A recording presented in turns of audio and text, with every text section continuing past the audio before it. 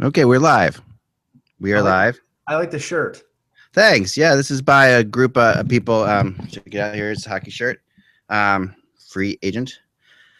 And yeah, it's a company called Plus Minus. So if you look it up online, they make hockey type shirts. They sent me this. I thought kind of liked it.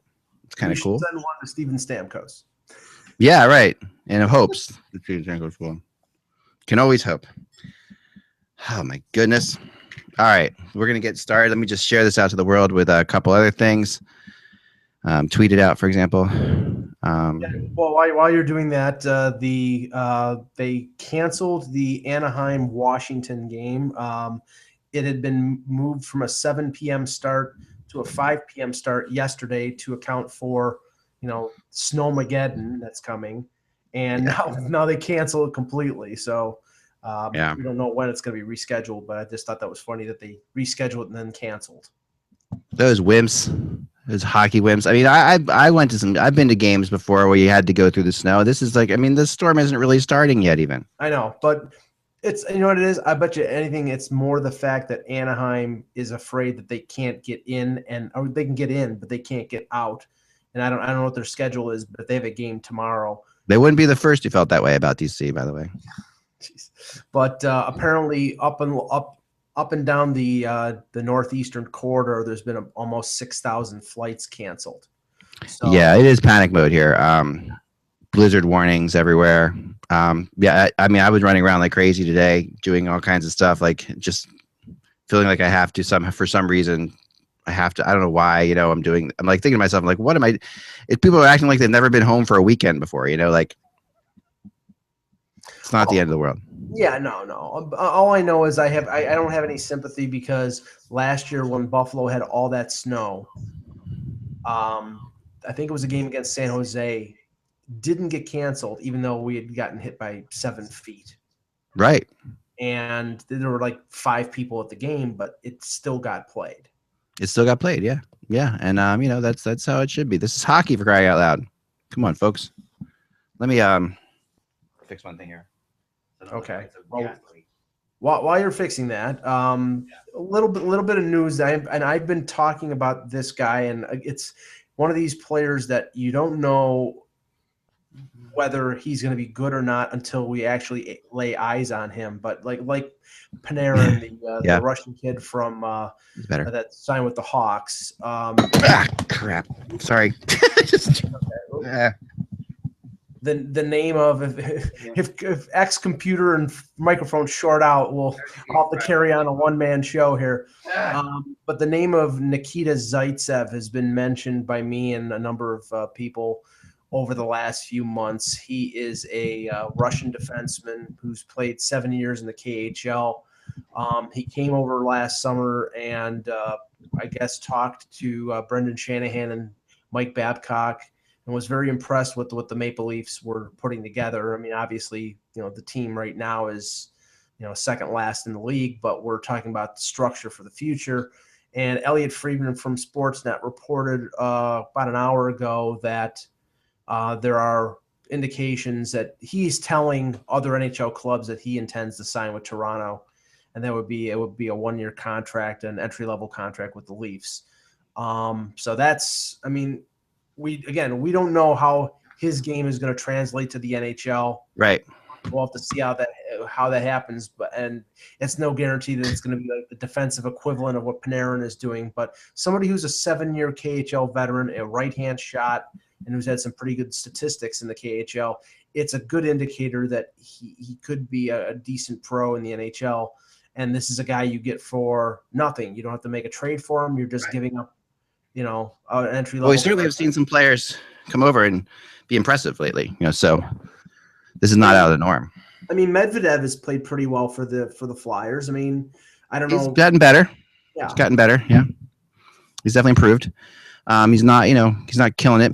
Man, this is one of those times I'm really happy that, that there's no smelling on a podcast. Like, you can't smell what I smell like, because I'm just like, after running around today, I just, it's like, this is a very good feeling. Sorry. I'm going to switch to my other Wi-Fi in case I break up, so I might lose you for a second. I'll be right back. And then we'll start the show. Okay. Yeah. We might be losing him. I think we are losing him. But nope. No, there you go. We got you. Am I back? Okay. All right. So this should be a lot better. I should look a lot better. I don't know if anything I'm going to say is any better, but I should look a lot better. All right. So we're going to start the show. We're going to do a little bit different tonight. Just because it's Friday, we thought it would be fun, and because of the Snowmageddon that's coming, and I had just like my wife and daughter are skiing. Everything's been crazy. Yep. My son and I are here holding down the fort. My wife and daughter are going to be back hopefully within an hour, or else they're going to be spending the next 3 days with other people. At a chalet. Yeah, there you go. Yeah, no, she probably would be fine, but he's being snowed in up there. It's not a bad place to get snowed in at a ski resort, but they're up in the Poconos at Blue Mountain, so speeding their way back, and I keep getting these little text messages that make me the fear of God text messages that I get from Weather Channel.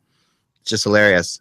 I mean, it's not that bad, but now we're in the 17 to 23 inch range. I mean, that's significant no matter what you do. I mean, no matter who you are, right? I mean, it's not like there's just honestly, there's something so pleasing for me right now, like seeing other people in other people in trouble because of the snow. Here's the thing. Look at this. So look carefully at the top of my phone here. You'll see blizzard warning.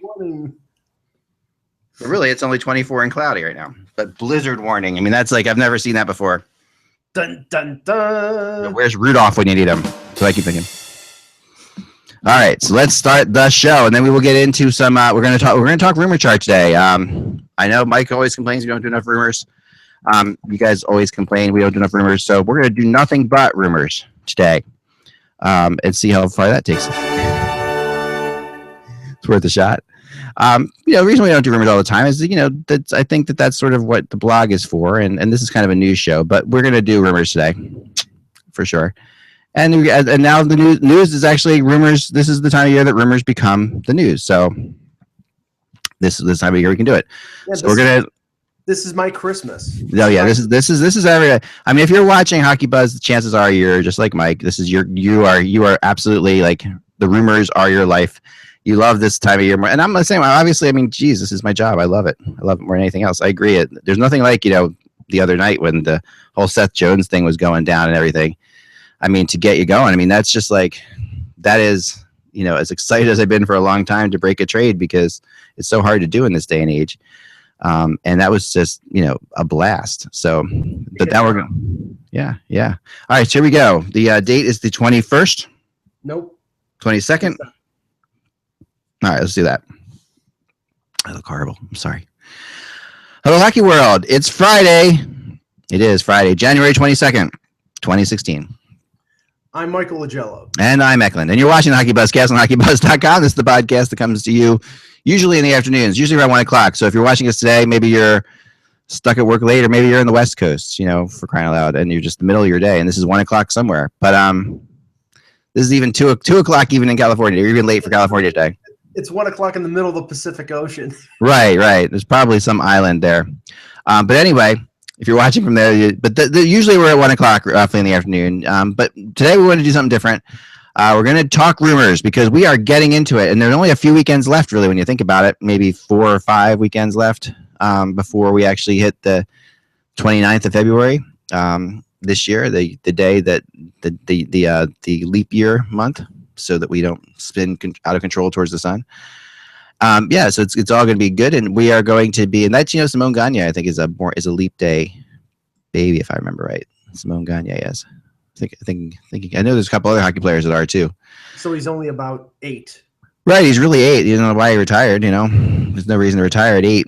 Anyway, let's get into it today. So we're going to talk about the rumor chart, okay? And the rumor chart is a very controversial thing on the website, and I'm going to address that first and explain what the rumor chart does and why you pay for it. Because really, it's $20 a year for a season ticket to the website, and that gives you the rumor charts, and it also gives you a lot of other things too. By the way, nothing like big. I mean, we're not like cheating people who aren't paying out of stuff, but you don't get advertisements on the website if you pay $20 a year, which is kind of cool.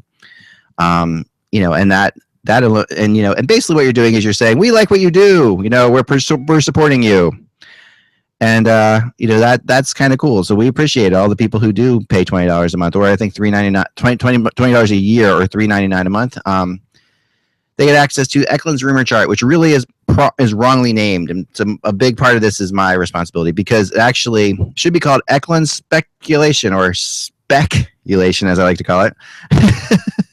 But yeah, basically what this is this. As you guys know, when I write rumors on the website, what I do is I just put the rumors out there and I try not to analyze them because I've learned long ago that I don't really think you can apply logic to a lot of these things because you can only apply logic to a rumor when you know every aspect of it. And no one knows every aspect of it except for maybe the two GMs who are doing the trade. So I just put it out there and let you guys talk about it if it's being talked about. And but on the Eklund's on my rumor chart here, what I do is I sort of answer the question that I get asked the most, which is, well, I know you're hearing this, you're hearing that, you're hearing this, you're hearing that, but what do you think's going to happen? So that's what the rumor chart is. This is my interpretation of all the stuff I've heard, and sometimes I can be a little bit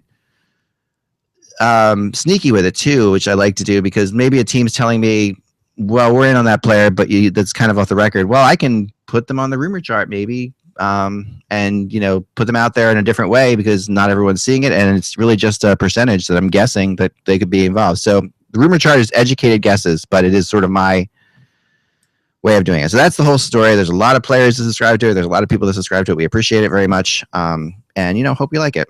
Try to change it as much as I can. So let's get into it. Let's pick a player, Mike. Any player. What are you thinking? Let me pull it up. All right, I got the chart right here in front of me too. And I'll show you today. So today you're going to get to see the rumor chart or a little bit of it for free, which we'll avoid the one that's top on the list because we've talked about him enough. Yeah, that would be all right. That would be Steven Stamkos, right? So here's the rumor chart. But yeah, let's start. Let's stay away from him for now. We can talk. Well, you know what? Actually, no. Let's talk a little bit about him because people really are interested in what's going on with Steven Stamkos. Mm-hmm. So, all right, let me just get them all in here. I think that honestly, I don't think anything is going to get settled in terms of him signing a contract or in terms of, I don't think there's going to be a trade. Right. So I think the recent 7-game winning streak that the Tampa Bay Lightning have had, and now they're, I think, within a point of the lead in the Atlantic Division. I think that rules out Stamkos being moved, at least traded. Yeah, I mean, I would agree with that. I mean, as you saw, Mike, I think a trade for him has always been. I mean, the difference. This is a market that needs. There's a difference. I was talking to somebody today about Nashville and Winnipeg, and there's a difference. Both those teams are just out of the playoffs in the Central, but both those teams are in very different positions. Like Winnipeg can easily continue what they're calling a rebuild, right? They can continue doing what they're doing. Nashville, they need to make the playoffs. They need to make the playoffs. They need to win in the playoffs. This is a team it's a mature team in a lot of ways. They've made some big trades. They've got a coach who took them, and they were the best team in hockey for a while last year. And this is for Nashville. Winnipeg can afford not to make the playoffs because they're Winnipeg and they know that they're going to be able to sell every ticket they can put on sale out there. Right. But in Nashville, you got to earn the trust still of people. So they've got to make the playoffs. So the Lightning are more towards the Predators end of things than the Jets. Okay, so that's why I bring this up because yes, I mean you don't want to lose Stamkos for nothing, but at the same time, you also have to realize that your window is wide open to win a Stanley Cup. And then, if you win a Stanley Cup and you lose Stamkos for nothing, you'll take that. It's not, you don't want to do that, but you'll take that bet. I actually think if they win a Stanley Cup, it's almost guaranteed he leaves because then he accomplishes his goal there. Yeah, you see, I totally disagree. I think opposite. I mean, I'm not trying to be, I think that when I've seen before when a player is in a situation like this and they win a Stanley Cup with a team, that kind of cements them for life. That's like getting married to a team. Like it's almost a feeling of like, okay, this is my team now. I've won a cup with them. I've seen that. I mean, it's less about his relationship with the organization and more about the organization having to deal with the fact that the players, if they do win a Stanley Cup, the players that they have to sign, the price is going to go up even more on guys like Hedman and guys like Kucherov. I mean, Kucherov is a restricted free agent at the end of this year. He's making $900,000. Right. He has a cup win under his belt. You're not talking about $4 million. Now you're talking $5 million. So that's more money you're going to have to spend on these players and less money that you can spend on a guy like Stamkos. Even though Stamkos is an important piece, they have so many players they have to sign. True. Now, anyone who saw the game last night, that was a heck of a performance by the Lightning. And, I mean, beating the Hawks that way, holding the Hawks to hardly any shots. I mean, the Lightning are back. I mean, and they're back in a big way. So I think that does play into this, Mike, like you said. I think that they're playing so well. Now, the teams that, are interested in Stamkos are many. And, I mean, there's many teams that will, if Stamkos is on the free market, there's more than this. What I put here are three teams that I've heard the most of. Which is Detroit, Toronto, and the Islanders. The Islanders are a weird one for sure, but they definitely have talked to Tampa about both Stamkos and Drouin, so you have to look at that. I think you can rule out Toronto in terms of a trade. If Toronto, at least before the deadline, if you're talking about a trade, it's before July 1st with Toronto. You would definitely think that, and I'm with you. But here's the only scenario that could play that out. If I do believe that Yzerman will give everybody a shot. But so say he's negotiating and suddenly Detroit comes in with an offer that just bowls him over, right? He's like, this is a great offer. Is Toronto going to risk this and let him go there? Would they risk letting him go to Detroit thinking, okay, he's going to be a free agent. We can still sign him in the summer. Or are they going to say, you know what, Detroit's making this trade. They're giving him so much because they know they can re-sign him right away and they're going to bring him in and that's it. Well, see, that's where I think that if he goes someplace as a mercenary, as a rent-a-player, I mean, okay, maybe he feels some loyalty to the team that gave up a lot of players for him. But honestly, I don't think anything's going to prevent him if he acknowledges and allows Tampa to trade him someplace else. He wants to go free agency. I think that's an admission that, okay, I'm going to test the market. So do I want to go someplace and try to win a Stanley Cup there? See, I think this argument is sort of like, it's theoretical, but yeah, it is less likely now because Tampa Bay has finally righted the ship and they're playing well. I don't see him waiving his no move for anybody. He's going to try to win there. And then in the offseason, after either they win the cup or they are eliminated, then they straighten out the situation or they go their separate ways. And then if they go their separate ways, Tampa Bay can still get a return for Stamkos for trading his rights and allowing one team to have a 4 or 5 day negotiating window. And that will happen. That will happen. So one thing about the chart you can see here, if you can see it or not, like that basically yesterday, today I increased the amount of possibility to the Lightning and the Maple Leafs and decreased the Red Wings by 10%. So that's just something I do during the day, just if you're curious about, and I just do that based on, I might have one phone conversation. And this is all very transient. It's all changing all the time. I mean, rumors happen, rumors go away, things are talked about that never happen. Then they do happen eventually when they were talked about 2 years ago. So you never know. So let's move on here. Fedor Tutin, not a really exciting player to a lot of people I know. Not exactly like, woohoo, let's talk Fedor Tutin, but and I was and I knew it was available, but I hadn't heard until yesterday teams that were really thinking about it. So these are the three teams I heard are Montreal, Vancouver, and Minnesota. They're all kind of curious to me. Montreal especially. What do you think, Mike? Well, I mean, the thing is that Tutin is a tough nut to crack, so to speak. I mean, he's making $4.5 million for another 2 years. He's basically a stay-at-home defenseman. Right. Now, I think he's mobile enough to be able to be a second pairing guy for any one of those teams. But he's not a bad transitional defenseman. I mean, for being a stay-at-home defenseman, he's got a good first pass. So right. But the thing is the $4.5 million amount is too much. Now, Columbus can retain salary if they want to move him out and they want to go young, which, right now, if you look at them with Werenski, with Seth Jones, with Ryan Murray, they're going young. They don't need him on defense. They definitely don't need him on defense moving forward. I mean, they just picked up Seth Jones, like you said. Right. And I honestly think, and I don't know, I didn't look at the whole chart, but I don't know if you have Jack Johnson on here. I think Jack Johnson is movable for them too. Not yet. And the only reason I don't have him on here is because I have asked people about that and they said they're not moving him as of now. Now that could change, but as of now they're stuck. They like Jack Johnson. They want to keep Jack Johnson around. But a team like Montreal, I mean, obviously Montreal's problems have been more scoring than anything. But in recent days, there's been a lot of criticism about Andrei Markov and how he is just falling apart there. He's really slowing down. Yeah, and it's I mean, and he is so vital to that team.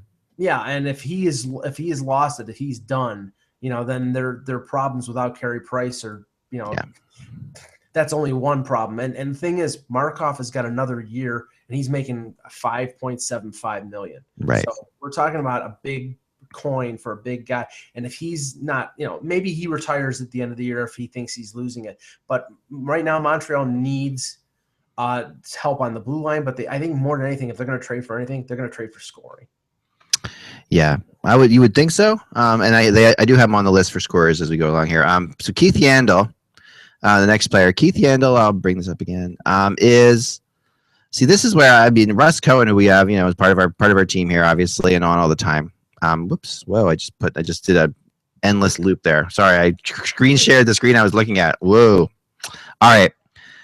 Russ is on all the time on the show. Obviously, Russ covers the Rangers, so I really do trust him. And he knows he has. And I was sitting with the press box the other day watching the Flyers Rangers game in Philly, and I said, "Do you really think that Keith Yandel can be traded by the deadline? I mean, do you think that they would do that?" Yeah. I mean, I know it's obvious he's not going to be back, but would the Rangers actually go out and do this, or would they just try to take another run at it? I mean, if I'm the Rangers, I just try to take another run at it. I just take Keith Yandel's, like Kevin Allen has the great saying that I love, which is like, you never lose somebody for nothing because you gain cap space, which you can do stuff with. Yes, but in this instance, the problem is that Yandel's cap space is very little. I mean, Arizona retained almost half the salary. His cap hit is 2.6 something, 2.625, right. I think it is.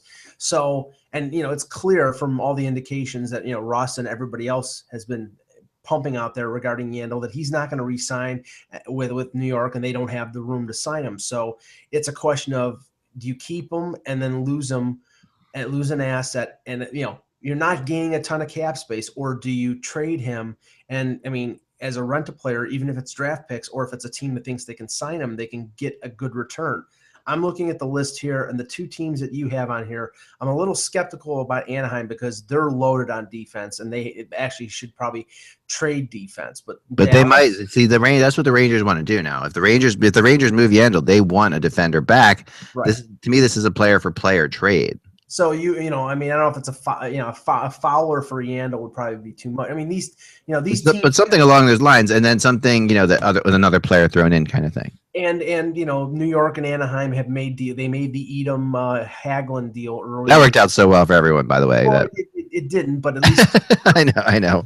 There's a pipeline there. So both those players have been traded.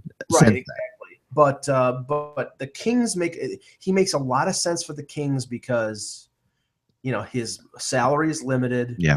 And they have their big three locked up with Muzzin, Martinez, and Doughty, and they've already traded for a rental in Luke Shen, getting a Yandel who is aware of how to play in the Pacific Division and in the Western Conference. Yeah.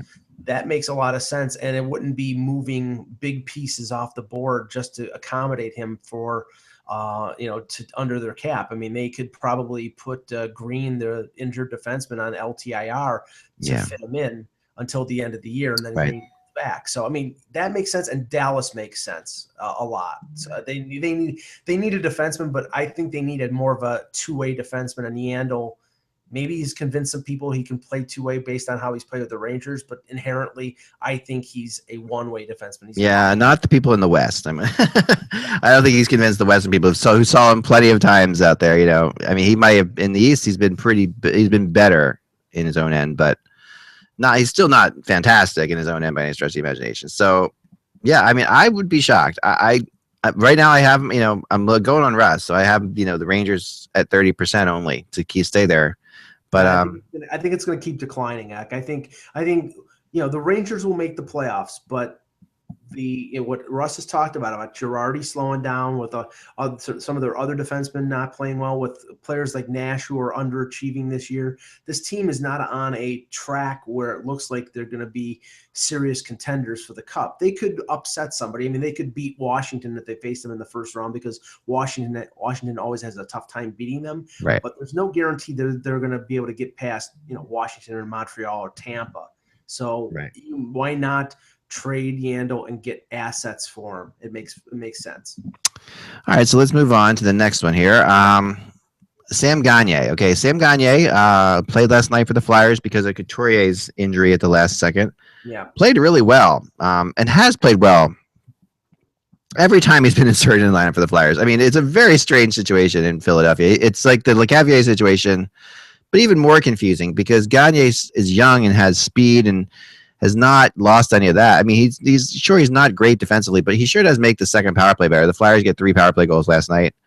Yeah, but in watching the Flyers, and I've watched them a few times this year, the way they play under Hackstall is not the way Gagner plays. Gagner is a speedy player, an offensively creative player.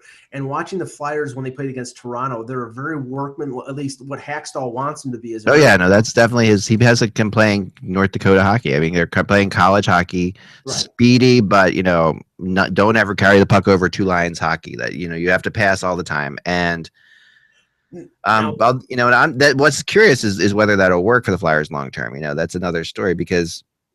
What's happened recently Hackstall has let up on his system a little bit and given some guys more freedom, and that's really made Voracek and Simmons turn into much better players. Now the thing that's going to hamstring Ron Hextall is the fact that he had to retain salary on both LeCavier and Schenn, and he's already retaining, I think it was on Nicholas Grossman. So they've already used the 3 retention spots. So Gagner's contract is at 3.2, I think. Yeah, 3.2, which really is not bad for what he brings. It's not bad, but that's a for a guy who's been up and down to the AHL and who has not had some success there. That's a tough amount of money to fit into somebody's cap. Now you have St. Louis up there. St. Louis needs offense. Yeah. Gagner could help them with that, but. Philadelphia is probably going to have to take a significant salary back. Maybe they want that. Maybe they'll take a Patrick Berglund or somebody of that nature. I don't know. All I know is that they probably will have to do that because they can't retain salary.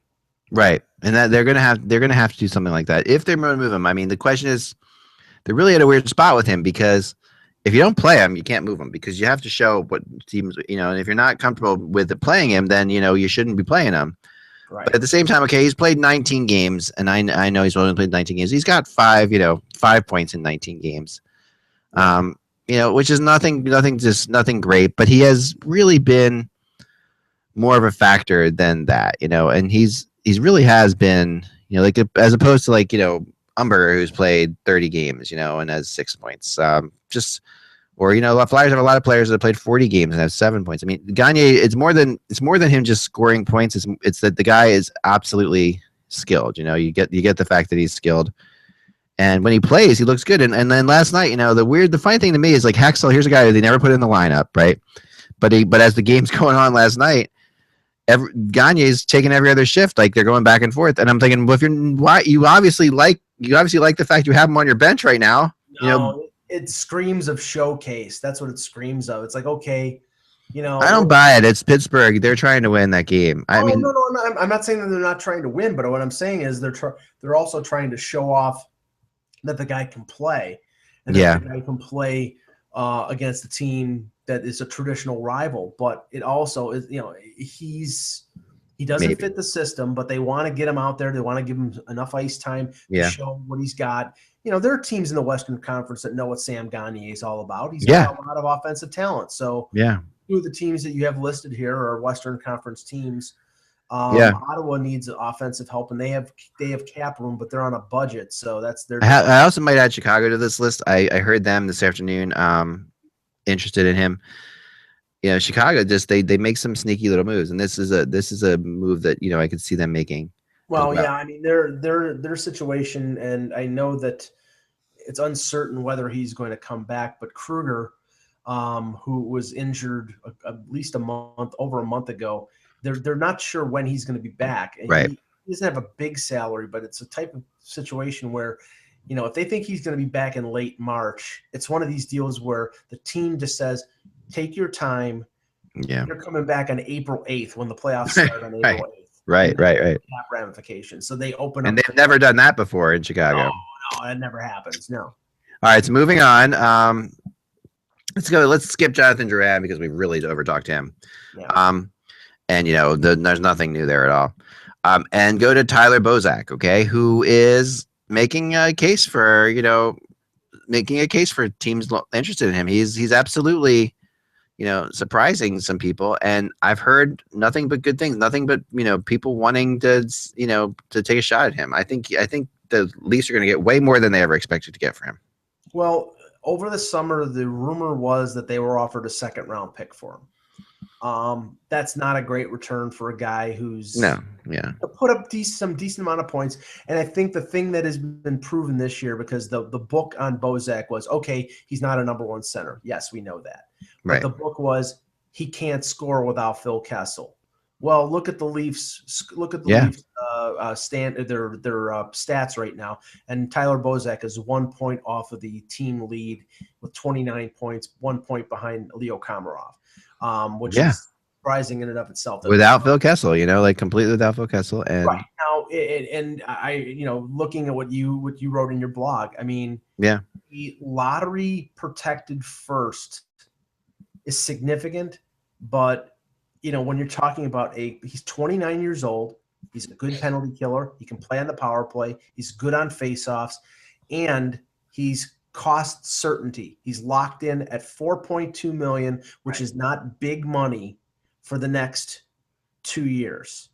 So if a team like an Anaheim or a Nashville, then I'm looking at the teams that are listed, or Calgary, if they're looking for cost certainty here, and they're looking for a player who can help them offensively, defensively, on faceoffs, on special teams. Yeah.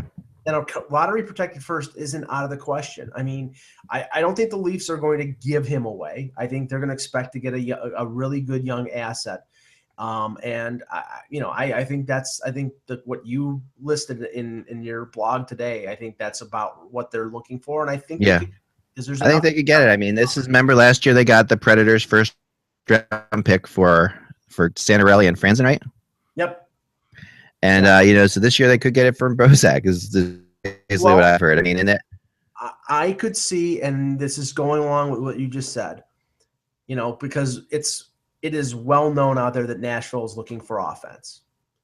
I could see the Leafs pairing up a Bozak and a PA Parento, who he's played with all year, to Nashville for a draft pick and for the rights to Jimmy Vesey. If they think Jimmy Vesey is not going to sign with them, if that's still up in the air, then they won't do it. Yeah, I think it's still up in the air. I think that Vesey is going to not be traded at this point. I mean, not yet. I mean, at this point, the Nashville still holds hope with that.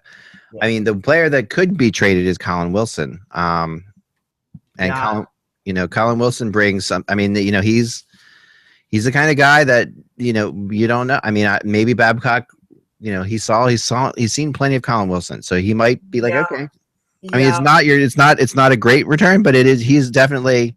No, I mean, if it's a choice between a Colin Wilson or the draft pick, I think it's both. I mean, that's what I'm saying. I mean, I think it's both. I think that because first of all, the Predators are going to have to move salary out, especially if you're talking Bozak and Parento or something like that. You're talking about if you're talking about, I can see Bozak and Parento.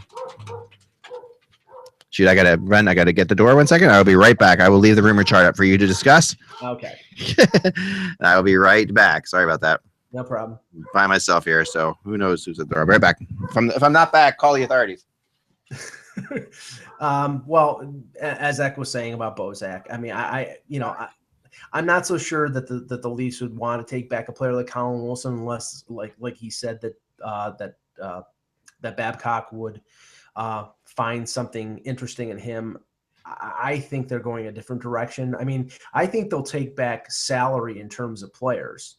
at the deadline, but I don't think they're going to be players who are locked up for 2 or 3 years. Like I think Wilson's locked up for 3 more years, making slightly less than what Bozak is making. So to me, that doesn't fit. But if it's futures, if it's a prospect like VC, I mean, I honestly think that Toronto, if the first round pick wasn't in the mix and it was Bozak for the rights to VC, they might do that because they see. If all the indications, and I've heard some rumors regarding their interest in him, and again, it's the circumstantial evidence of his brother and his father being both employees of the Maple Leafs. Where 2 and 2 are together, they equal 4. So I mean, I'm assuming that if VC does test free agency, that he's going to be wearing blue and white next year. While Eck is gone, I'm just going to touch on Drouin because I've seen some things written out there regarding Drouin and the fact that, Steve Yzerman is not closing the book on Drouin coming back to Tampa. Yep. I'm just doing this to Phil. We don't have to talk about it. But no, you're right about that. You're right about that, though. Yeah, I see. The thing is, I think that is basically leverage against teams lowballing them. I honestly think that, Yeah, you're probably right to a degree. It also could be that he just does really like Drouin and thinks he's getting bad advice here. And it could be the kind of thing where we're not telling you to fire your agent, but right, if you fire your agent, you might be able to get a new start here. Right. And players have done that. Players have fired agents to get new starts. It's usually not. I mean, this happens more than you'd think, believe it or not. I mean, this happens when an agent, because there are some agents that just don't get along with some teams, and it's usually never reported, and it's usually not high profile like this. But this is a high profile situation. But the elephant in this room is Cooper. I mean, honestly, I mean, Yzerman may like him. I mean, Yzerman drafted him, so of course he likes him. Of course he likes the skill set.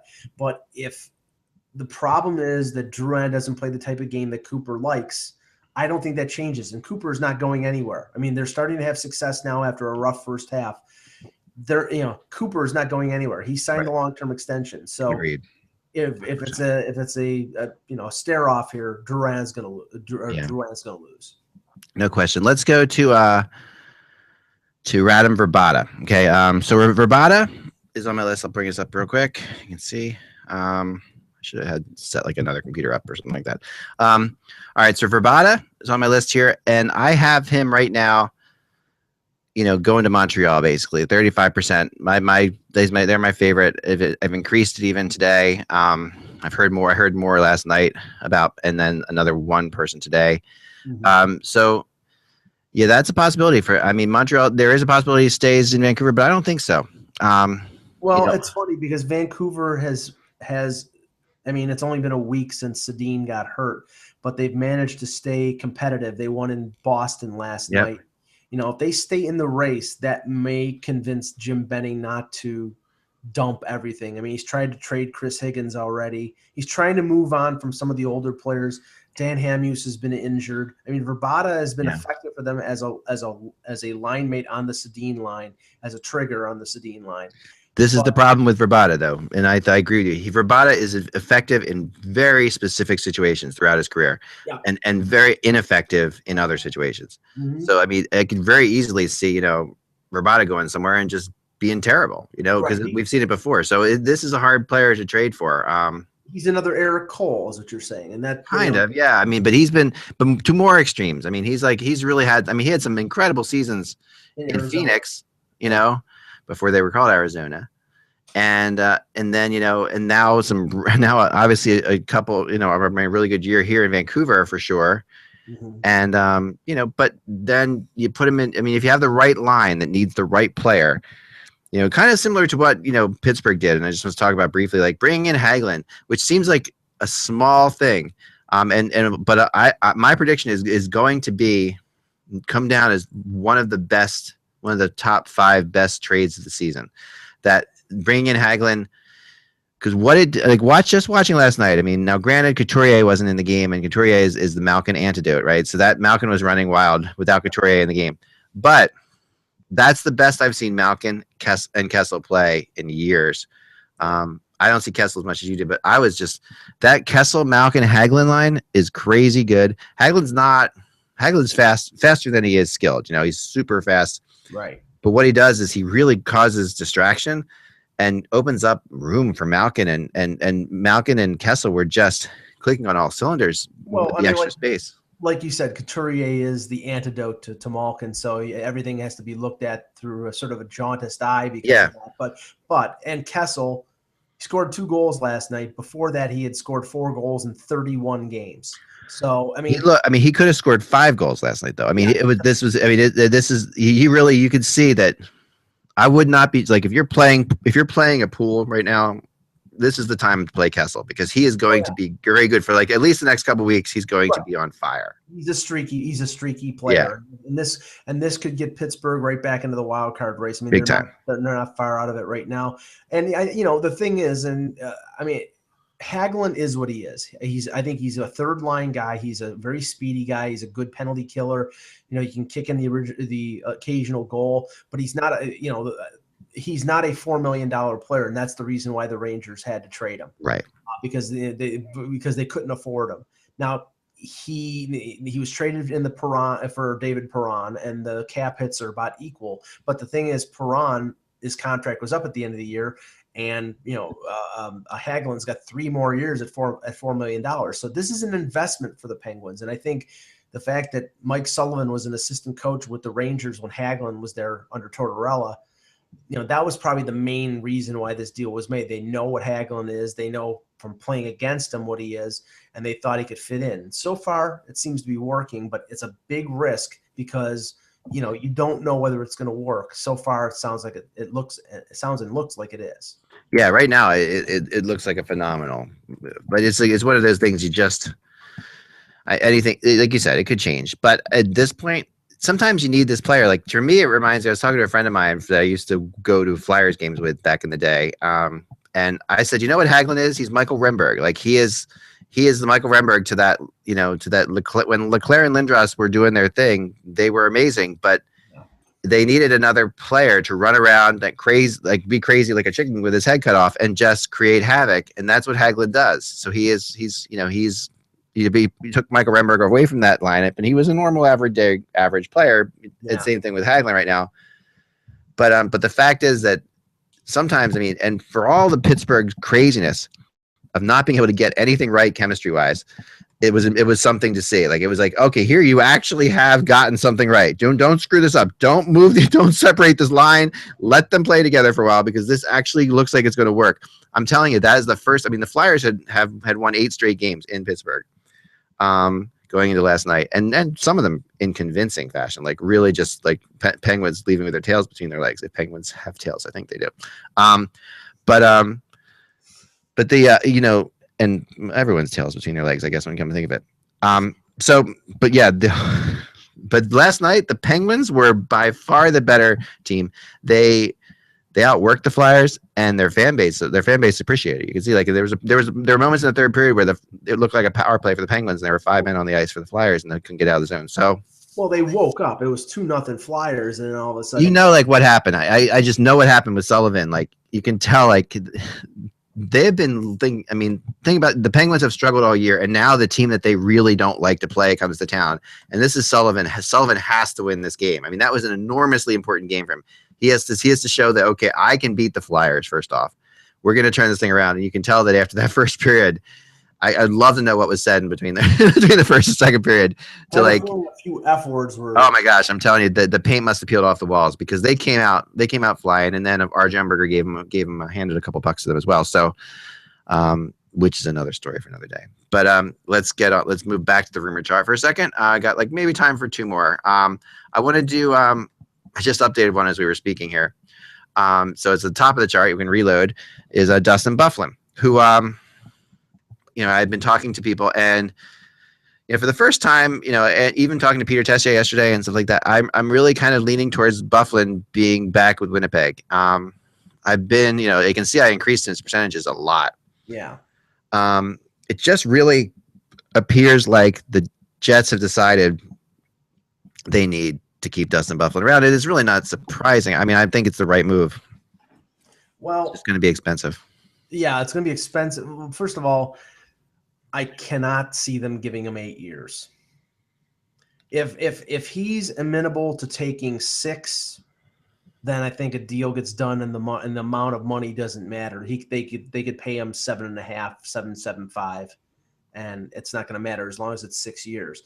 What you have to be concerned with is the 8-year deal in the last couple of years of that deal really being an albatross around their neck, and that's where I think the problem. Like if he will take a shorter term, he'll take 5 or 6 years. I think a deal can get done, and we know that he's an impactful player. But if he's looking for 7 or 8, I think he gets traded. I still think he gets traded. Well, I think he's definitely looking for 7 or 8. The question is what they'll take. I've heard so many different opinions on this too, like whether he likes Winnipeg or not. Like there are people who tell me that he loves Winnipeg. And he grew up in Minnesota. He grew up only a couple hours from Winnipeg, so he grew up in the same kind of region. There are others who tell me he just doesn't want to be in Winnipeg at all. And so this is, his teammates are all, they all stand behind him saying he's a great teammate. He's not the kind of guy who's going to be like, he's going to be openly anti-Winnipeg. But when he has a chance to be an unrestricted free agent, this is his shot to go someplace else. So, have we, as Peter said, and as you and I have said, this is a rebuilding situation. Right. You've got Byfuglien and you've got Ladd, 2 big contracts up this year. They need to re-sign Scheifele. They need to re-sign Trouba. They may have the goalie of the future in Hellebuck, but they're not 100% sure. There's a lot of transition to come here, and it doesn't look like they're really anywhere close to being a Stanley Cup contender. And Byfuglien has to decide, for himself whether I can win here. I can make money here. I can sign long term here, but can I win here? And if he doesn't think he can, then he can go like some of the other places on your list, like Anaheim or Florida or Philadelphia, and he may think he has a better chance because those teams are willing to spend the money or sign players to contribute. So he would just be such a great Bruin or a Flyer. It would be really a fun thing. Like those 2 teams, I think, would just fit Byfuglien so well. Byfuglien and Chara on the same defensive. Imagine, he would be adored in Philadelphia beyond reason. Like he would be, I know that some of the Flyers people have had questions. I've had questions about that before. Like I've written that, and then things have happened. So you see, they wouldn't. I'm like, no. The Flyers fans would absolutely adore Dustin Byfuglien. He would make mistakes. They'd be okay with it. They get it because he's, because in a way he's a lot like Ron Hextall was as a player. Like, he reminds me of Hextall in some ways. He's just completely like a loose cannon at times. And the first time he freight trains somebody, it's going to be all over. And like I said, I can't downplay it enough. The fact that the Flyers management, once they had a Chris Pronger on their team, always wanted a Chris Pronger on their team. And they really have been really sad not to have him. Not having Chris Pronger has been something that they have been desperate to fix, and that's why they went with the giant Shea Weber offer sheet. This is something that they really want to do. I wanted to mention one thing too. Another player, if you're not a fan, I'm not a fan. He's not going to make this fantasy hour, but Wayne Simmons right now is playing out of his mind. Mm-hmm. And I'm going to throw something out there now that I did. Like when I was at the Olympics in Vancouver, I made a bet with a couple people in the media that Claude Giroux would make the next Olympic team. And at that point it was like, he'll never make the next Olympic team because he was a rookie, young kid and everything like that. But I said, no, he just had something to it. Well, he didn't make the team, and I lost that bet, but he should have made the team, and almost everyone agreed with me on that. But he didn't make the team, right?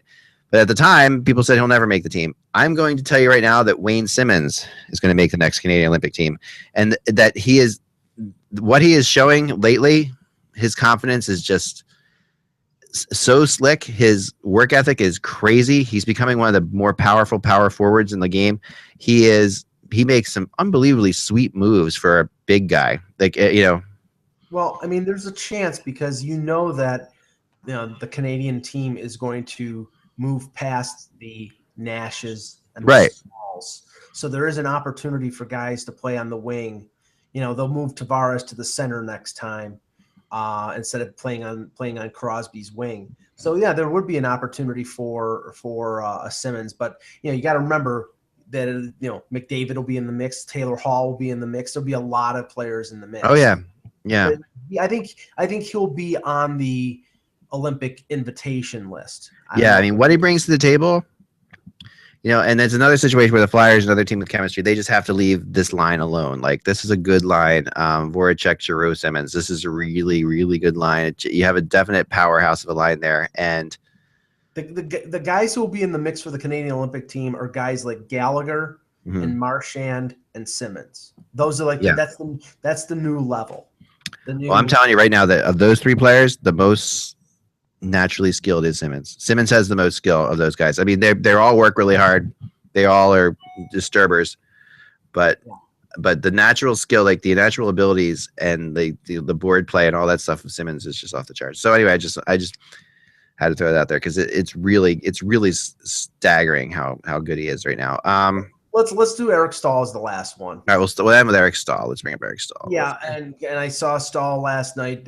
Carolina beat Toronto 1-0 in possibly the worst. Yeah, you were saying that was such a thrilling game to watch. It was one of the worst games in the last 15 years I've watched. It was a 1-0 overtime win for the Hurricanes.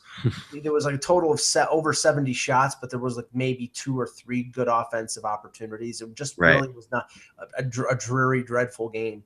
2 coaches who were on the same staff, Peters and Babcock in Detroit, and they played the same style. So it was like, fighting against a mirror image of yourself. Yeah.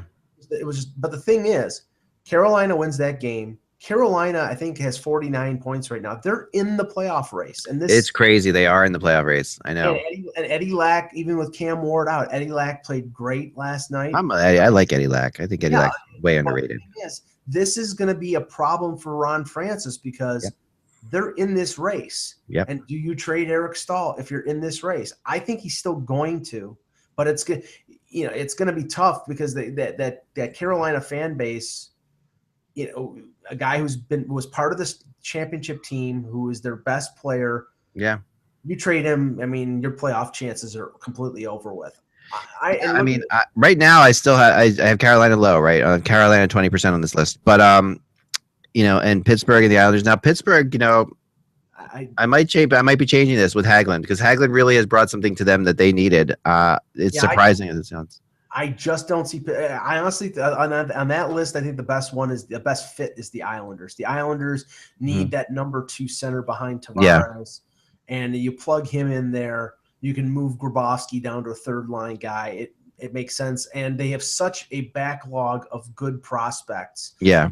Trade Adele Cole or a Ho-Sang and give them up in a deal. So that makes sense. Pittsburgh, to me, the only thing that makes sense there is the connection to Jim Rutherford. Yeah, and I mean, I know they have talked about it. It's something there. But I think that it depends on how this all plays out. But if they get any kind of momentum going with Hagelin, and they start to, because if Pittsburgh is fighting for a playoff spot still, at the end of February, if they're still 4 or 5 points out of a wild card spot, then it gets a little more serious. But Pittsburgh is a team that has to make the playoffs this year. They're on a mission to make the playoffs this year. So if they don't, but there's going to be heads are going to roll.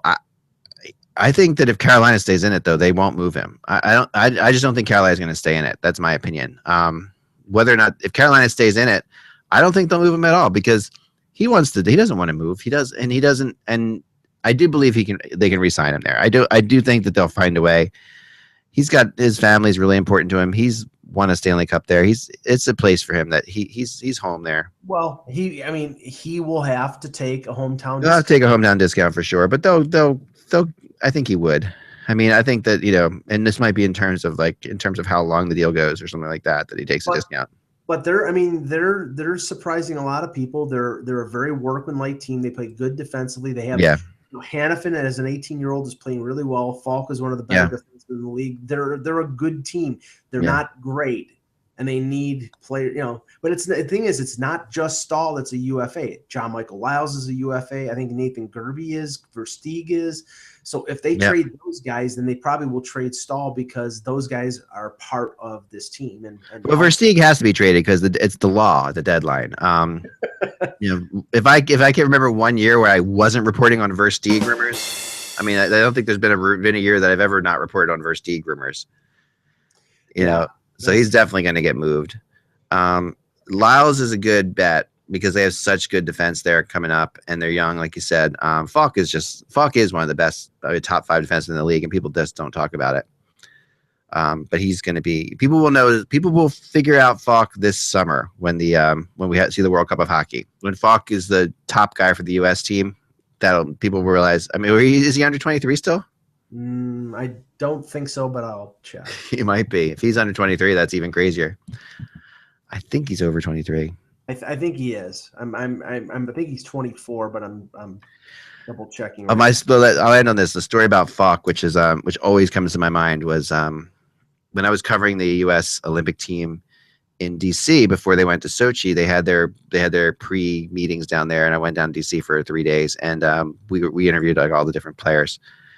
And this was when Ryan Miller was basically going to get traded or signed someplace else from Buffalo, and he was going to. This was right before the trade deadline, I guess. Yeah, this is when people were curious what was going to happen with him. This was the year before the trade that he ended up getting traded to St. Louis. So people were surrounding Ryan Miller like crazy, and they brought people out in 3s or 4s, and so Ryan Miller was there, and everybody, of course, wanted to talk to him because he was the big story about everything. And Justin Falk was brought out at the same time. And there was nobody standing in front of Falk at all. Like, he was literally standing in the corner. And I was there with Kevin Allen in the room. And Kevin turns to me and says, "You know what's funny about this picture? One of these guys has a better shot at making the Olympic team than the other. And no one's talking to him." And I said, that was true. I mean, I don't think Falk made the team, but did he? He had a better chance. He had a better shot, yeah. And he turns 24 on March 20th, so he just misses the cutoff. Okay, that's good news for Team USA. Put it that way, because they, and I reiterate what I've said before, that you will know, people who don't know who Justin Falk is will know who Justin Falk is at the World Cup of Hockey, because that's when you'll see him in all his glory. Because he's such a good solid defenseman, really just way underrated. And Dustin Byfuglien will probably be on that blue line as well.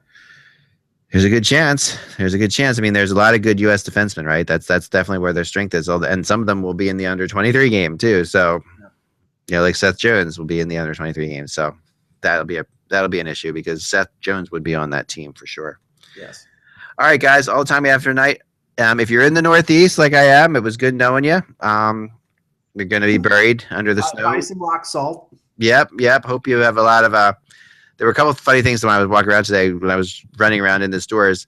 This one woman was like running out of the store with like 3 giant boxes of diapers. I'm like, that's something you don't want to be without in the store. Diapers. If you need diapers, you need diapers. There's no question about that. Also, before we go, I want to wish happy birthday to Kevin Allen. Yeah, Kevin Allen's birthday today. Yes. Not going to say what age he is. It's a big one, isn't it? It's a big one, yes. It's a round number. Wow. Holy cow. Well, I know he's having fun tonight somewhere. It's good for him. He and Eric Tahashik both turned that same round number in the same year. It's pretty funny. So the other funny thing was, I was there there was a mom there, and she was with her kids, and they were at the market, and the kids were like, do we have enough milk? And she's like, yes, but we don't have enough wine. So, and that's, anybody who has kids knows the only way to get through a blizzard is through drinking. Yes. A lot of drinking. Our house will be, yes, I know my wife will be sober for probably 10 minutes this weekend. Maybe, just because it'll be that kind of a weekend. It'll be fun. All right, guys, without the buzz, it's just hockey. We will talk to you Monday. Talk to you soon.